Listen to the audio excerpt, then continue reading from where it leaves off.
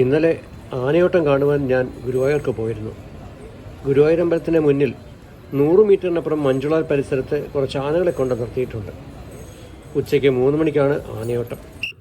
വെയിലിന് കനത്ത ചൂട്, വല്ലാത്ത ഉഷ്ണവും.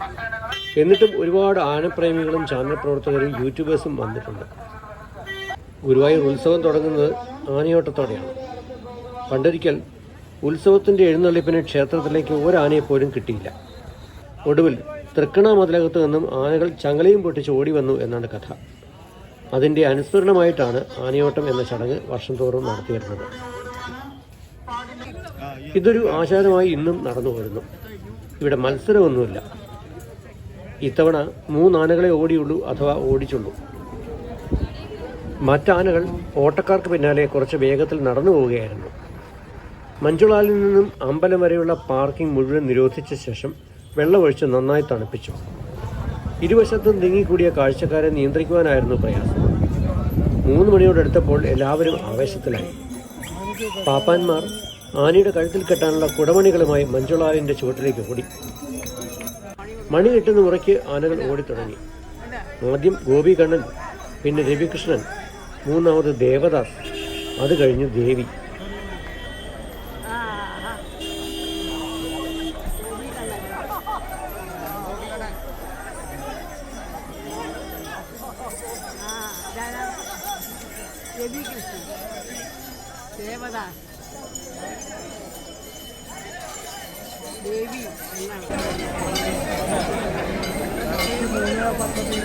ഇന്ദ്രസൻ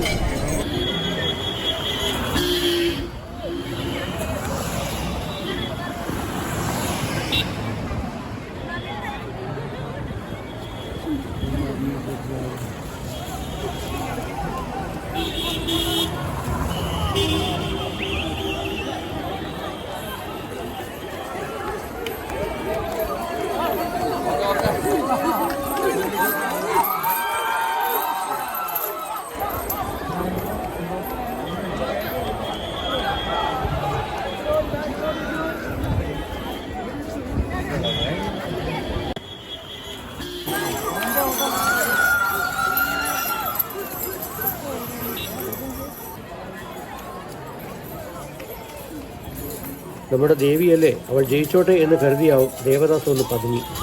അങ്ങനെ ദേവി 3ാം സ്ഥാനത്തേക്ക് കുതിച്ചു.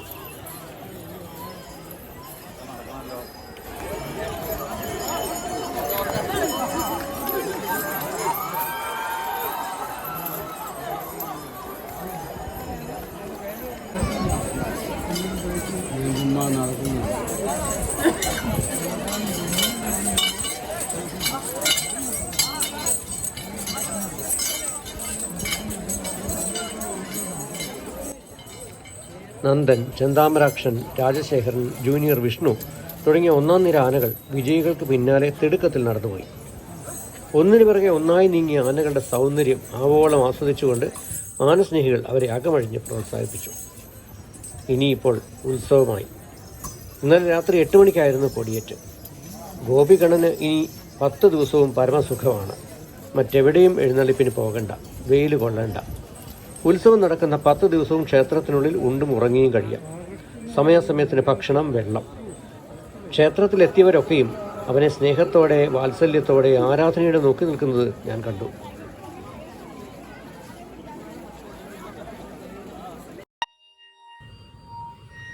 ഉത്സവത്തിൻ്റെ 2ാം ദിവസം മുതൽ ശിവേലി, അകത്തെഴുന്നള്ളിപ്പ്, പുറത്തെഴുന്നള്ളിപ്പ്, മേളപ്രമാണിമാരുടെ മേളപ്പെരുക്കം, പഞ്ചവാദ്യം, തായമ്പക, കൂടാതെ രാത്രി പുലരും വരെ കഥകളി, നൃത്തനൃത്യങ്ങൾ, കുത്തിയോട്ടം, പാട്ട് കച്ചേരി എന്നിങ്ങനെ ഒരുപാട് കലാപരിപാടികൾ 3 സ്റ്റേജുകളിലായി നടക്കുന്നുണ്ട്.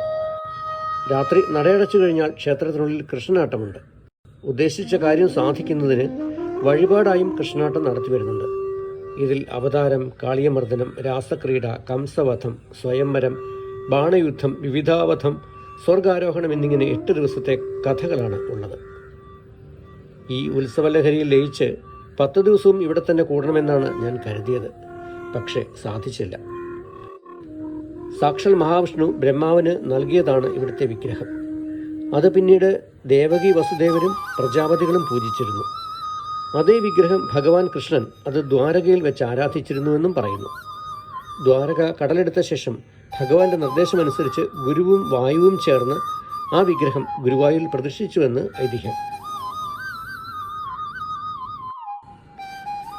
നാരായണീയത്തിൽ മേൽപ്പത്തൂർ പറയുന്നു, അളവറ്റ പരമാനന്ദത്തിൻ്റെ സ്വരൂപത്തോടു കൂടിയതായും കാലദേശങ്ങൾക്ക് അതീതമായും നിത്യമുക്തി നൽകുന്നതായും അനേകം വേദവാക്യങ്ങൾ കൊണ്ട് പ്രകാശിക്കുന്നതായും അതേസമയം തന്നെ അവ്യക്തമായും ഉത്കൃഷ്ടമായ പുരുഷാർത്ഥത്തെ പ്രദാനം ചെയ്യുന്ന രൂപത്തോടു കൂടിയതായും പരമാർത്ഥ വസ്തുവായും വിരാജിക്കുന്ന ബ്രഹ്മമേതാണ്.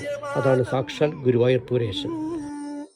ആ ദിവ്യ വിഗ്രഹം കാണുന്നതിനുള്ള ജനങ്ങളുടെ മഹാഭാഗ്യത്തെക്കുറിച്ച് വേറെ എന്തു പറയേണ്ടു? മേൽപ്പത്തൂരിനും കുറൂരമ്മയ്ക്കും പൂന്താനത്തിനും മറ്റും കിട്ടിയ അതേ ഭാഗ്യം, അവിടുത്തെ പ്രസാദം, അനുഗ്രഹം, വാത്സല്യം എല്ലാം നമുക്കും ലഭിക്കുവാൻ ഒന്നേ വഴിയുള്ളൂ. അകം നിറഞ്ഞ പ്രാർത്ഥന, നല്ല വാക്ക്, പ്രവൃത്തി. എല്ലാവരെയും ശ്രീ ഗുരുവായൂരപ്പൻ അനുഗ്രഹിക്കട്ടെ.